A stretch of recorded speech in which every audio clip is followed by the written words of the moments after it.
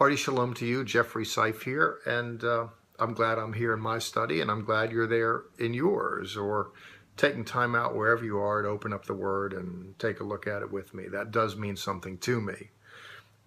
I believe it translates good on your behalf, that you care enough about the Word and are minded to hear a little devotional in conjunction with it. That harks to your own wanting to have your own mind not so much transformed, not so much conformed to this world, but transformed by the renewal of the mind. And the way we do that in part is through our steady engagement with biblical text, so we can start thinking God thoughts. You're not only doing that, but you're taking a walk through Israel's Bible the way Israel does it. And there's Torah portions every week. And this week we go backwards. Usually we go forward.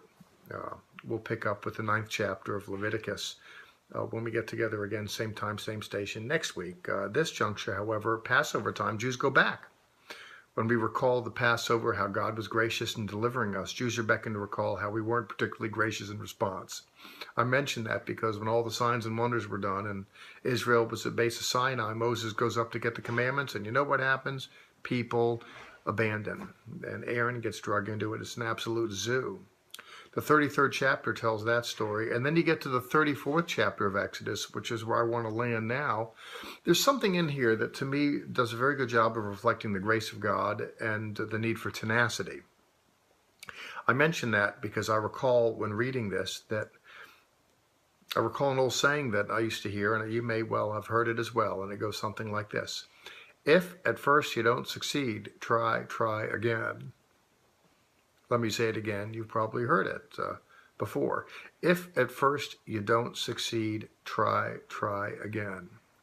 I mention that because the first attempt to go up there on Sinai and get those tablets and bring them down and give good news to ancient Jews didn't work out so well. Moses goes up the mountain, he comes down and grinds them into powder and makes them drink. You know, it's not the preferred scenario. Didn't work well the first time. Let's try it again. I mention that because in chapter 34, Adonai said to Moses, in verse 1, carve for yourself 2 tablets of stone like the first ones, and I will write upon them the words that were on the first tablets, which you broke. And then he instructs them to go up. And then in verse 4, so he carved 2 tablets of stone like the first. Then Moses rose up early in the morning, went up unto Mount Sinai as Adonai had commanded him, and took in hand the 2 tablets of stone. First time it didn't work out. Let's do this again. I can't tell you in life how many times that happens in all endeavors. Even with the Tree of Life, I had to manage a number of scholars. This wasn't a me thing, it's a we thing. And sometimes we had to go back to the drawing board and rebuild for one reason or another. It didn't work out with the translator, or there was a situation that came up. Someone had to resign. I needed to refill the slot, and we needed to reload the gun and fire again. It just happens in all endeavors. In fact, it doesn't not happen. You may be at a place in your life where you're just discouraged because things didn't work out. And I would imagine Moses is there at the base of the mountain saying, these crazy people, I do everything for them, and not just me, but God, signs and wonders. And look at this, I'm gone for a few days and it turns into an absolute zoo. Look at this, they're acting like animals. It's crazy. And even the people I trusted, Aaron, even he gets drug into this, and my sister wasn't much of a help either. I don't know what was on his mind, all the particulars, but I do know this. He wasn't beckoned just to sit there and languish about things going wrong, but let's go with plan B. Let's try again. As the old saying goes, if at first you don't succeed, try again.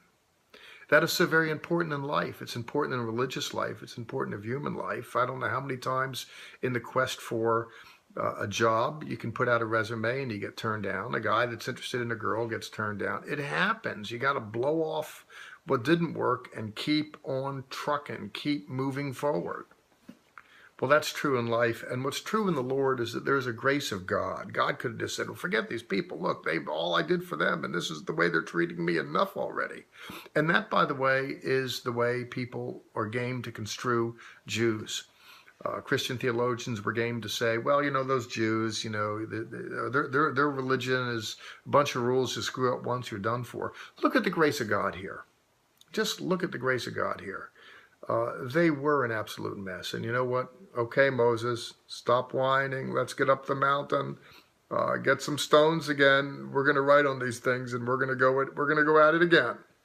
There's grace in that. There's love in that. There's the divine intention in that. Is there not? Well, certainly there is. And I want to make one other point about this, and it really coheres so much with what the Tree of Life Bible Society is all about, gathering people together around the Word.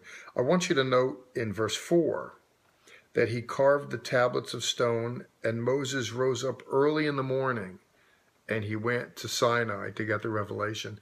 I hope, I'll tell you, my wife is just the absolute best example in the world. She'll get up in the morning and bingo, she has some quiet space and a quiet time where she opens up the Word.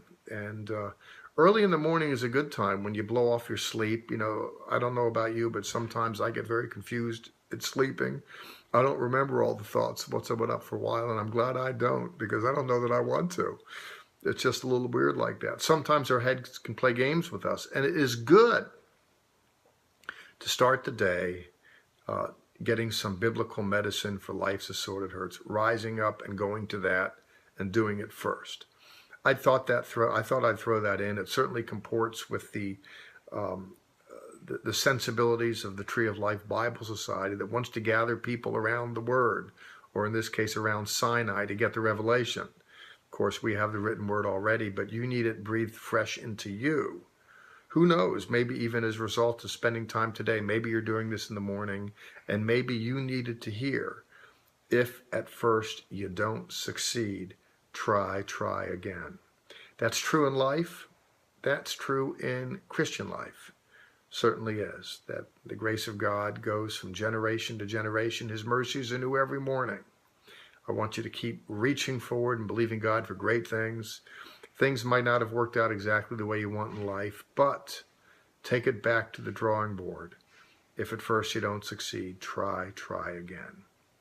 God bless you. Jeffrey Seif here. Happy Passover. We'll pick up with Leviticus 9, same time, same space station next week. God bless you.